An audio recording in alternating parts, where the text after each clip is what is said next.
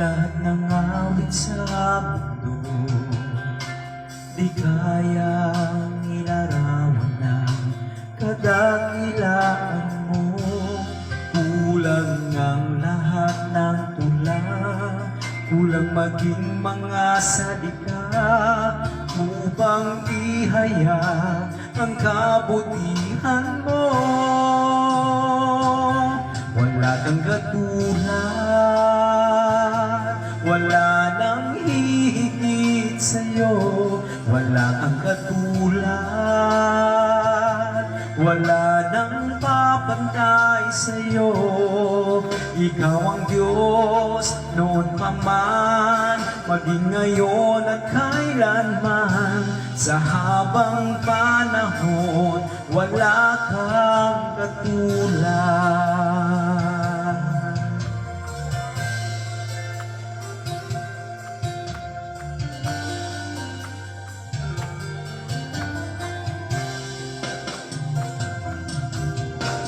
Awitin ko man lahat ng awit sa mundo, di kayang ilarawan ng kadakilaan mo.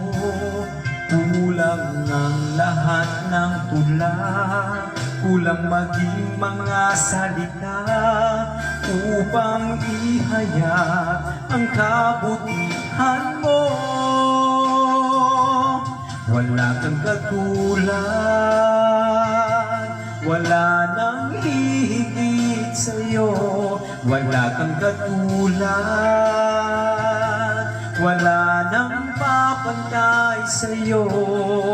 Ikaw ang Diyos noon pa man, maging ngayon at kailanman. Sa habang panahon, wala kang katulad. Wala kang katulad, wala nang hihigit sa'yo. Wala kang katulad, wala nang papantay sa'yo.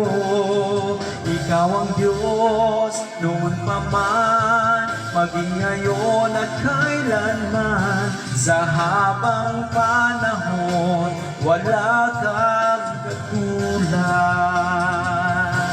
Wala kang katulad,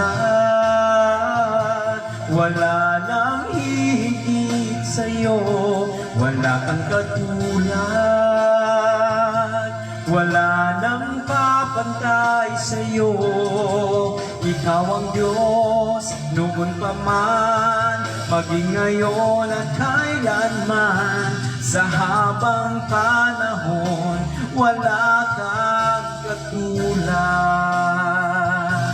Sa habang panahon, wala kang katulad. Sa habang panahon, wala kang katulad.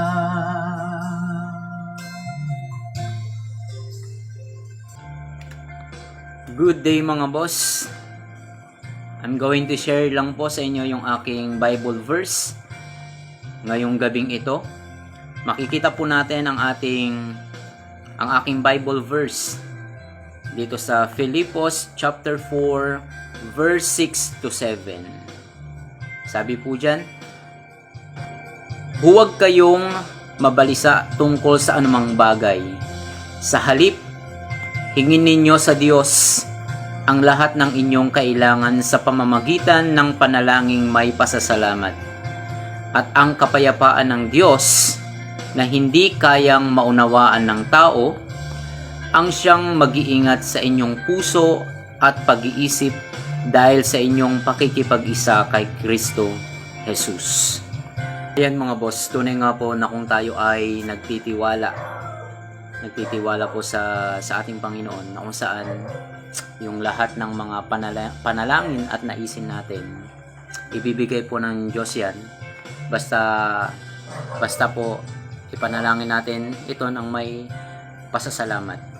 Kailangan lang po nating maghintay. Bakit nag-iisip tayo? Bakit tayo nalulungkot? Nababalisa na? Bakit hindi pa dumarating yung ating mga prayers? bakit sila meron na, bakit sila ganito na yung kanilang achievement, pero bakit sa atin yung nakakaranas pa na hindi pa rin tinutugon ng Lord yung ating mga panalangin? Okay, sabi po sa kanyang salita na huwag kayong mabalisa tungkol sa anumang bagay.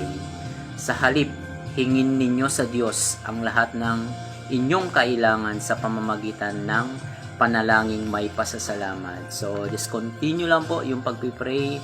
Alam ko ibibigay ng Lord yan sa tamang panahon.